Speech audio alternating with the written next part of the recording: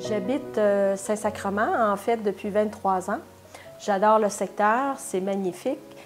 Pour la beauté de sa nature, ses arbres magnifiques, les gens aussi.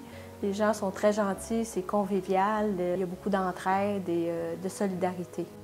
En février, je feuilletais le rapport d'ICOM, qui est la firme qui a présenté le projet de tramway à Québec. Et à la page 45, dans le tableau, j'ai noté qu'il y avait une indication qui mentionnait qu'il y aurait 610 arbres qui seraient coupés. Alors, j'ai appelé au bureau de projet pour savoir lesquels seraient coupés, si c'était le long de René Lévesque.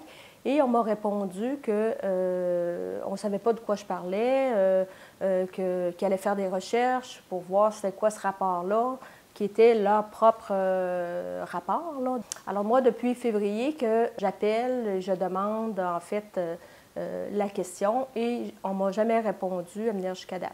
Rendu au mois de mai, j'ai mis sur pied une pétition pour protéger les arbres le long de René Lévesque et j'ai distribué des avis pour faire connaître cette information-là.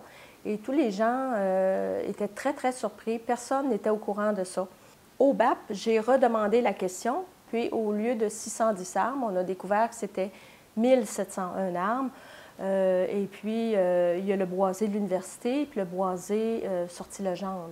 Ces arbres-là créent une voûte au-dessus de René Lévesque qui est unique, qu'on ne pourra jamais reproduire.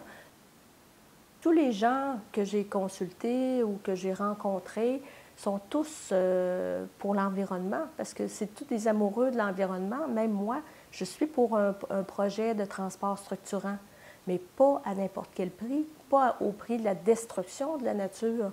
Étant donné qu'il y a des solutions, faut quand même les envisager. Il y a plusieurs années, ils ont bétonné la rivière Saint-Charles et il faut se dire que la veille du bétonnage, ils trouvaient que c'était une bonne idée. Alors, puis plusieurs années après, ils se sont rendus compte du désastre qu'ils avaient créé. Dans le cas qui nous occupe, la coupe des arbres, on ne pourra pas revenir en arrière. Donc, c'est irréversible.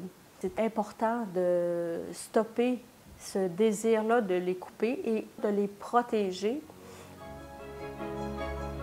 Je suis pour le transport en commun, je suis pour le transport structurant, mais pas à tout prix. La santé des citoyens, c'est non négociable. La démocratie a été complètement écartée dans ce dossier-là. Alors, c'est très déplorable parce que c'est au niveau des citoyens qui vivent sur place qui est la clé, en fait, qui peuvent apporter des très bonnes idées puis des solutions.